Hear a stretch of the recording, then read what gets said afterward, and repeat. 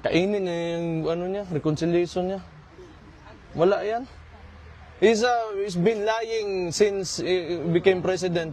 So, yan, puro PR, puro positioning, puro angling sa media, and puro propaganda. That's all that you will get from this administration. It's been 3 years and it's been like that.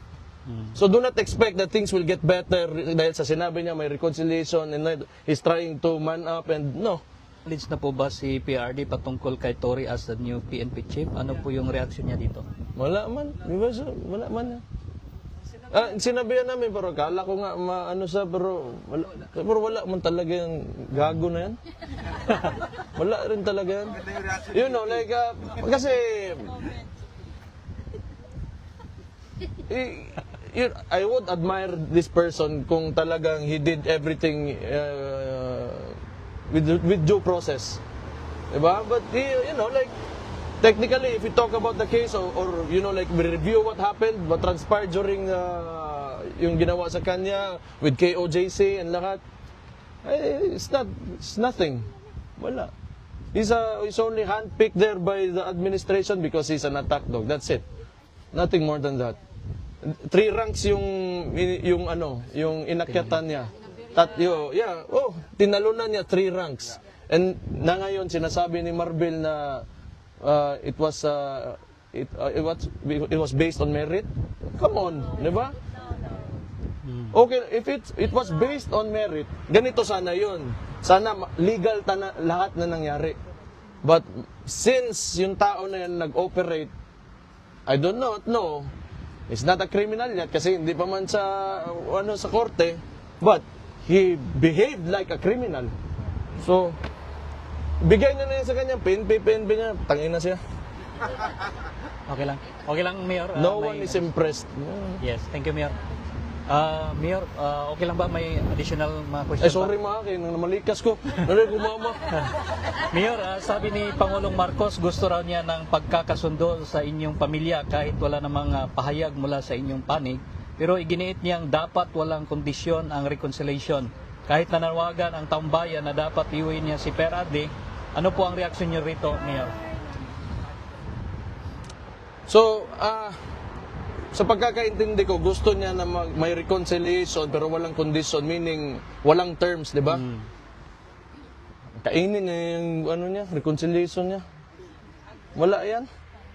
He's been lying since he became president. Kita mo, tingnan niyo ha, gusto niya reconciliation. Hanggang 20 niya nga bugas, antod karon puta. Mayor, wala din, no. He's a liar. He's a liar. Yes. He lies so much. Maraming basis na. Puro kasinungalingan yung tao na yan. And ang style kasi ng administrasyon na yan, press release, gusto reconciliation. Ganito yon. Listen to me. Itong nangyari, di ba, pagkatapos ng eleksyon, so naratol sila, sa Binisaya pa. Parang shaken sila with the results. Kasi, nung pagsabi niya, 12-0, papasok sila. Then, ang nangyari, wala, watak-watak. And we do not even know kung saan kinuha ni Bam at saka ni Kiko Pangilinan yung boto nila. Huwag na natin pag-usapan yan because Pero, di ba, yung resulta ng election, you have the administration, madumi na nga kayo maglaro, tapos ganun pa yung result na nakuha nyo. So, may mass resignation ngayon nangyari. Now, I have this theory. Itong mass resignation, sino man yung na umalis talaga dito, is Soljan Guevara, di ba? I think that was only a smokescreen to tanggalin si Soljan Guevara kasi they do not want to admit na hindi nila masagot yung mga tanong sa kanila. And I do not know kung ano ang gagawin nito ang bagong Solicitor General for the administration. So, yan, puro PR, puro positioning, puro angling sa media, and puro propaganda. That's all that you will get from this administration. It's been 3 years and it's been like that. So do not expect that things will get better dahil sa sinabi niya may reconciliation and he's trying to man up and no. Like what PRD said, and it clearly shows, ngayon midterm na ito, that he is weak. And nakita natin yan ngayon sa midterm elections na talagang mahina siya.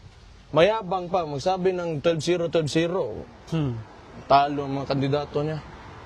Mayor, hindi pinansin ni Pangulong Marcos ang malaking bagsak ng kanyang trust rating. Ang sabi niya, marami naman daw ibang survey bukod sa Pulse Asia. Ano po ang masasabi niyo rito? Yung Pulse Asia is 25%? 35? 25. 35? Well, let me tell you, I've seen the other surveys. He gets 15, 20 at most, 25 at most. So yung sinasabi ng ibang survey, bakit di niya na binanggit kasi mas bababa pa siya doon.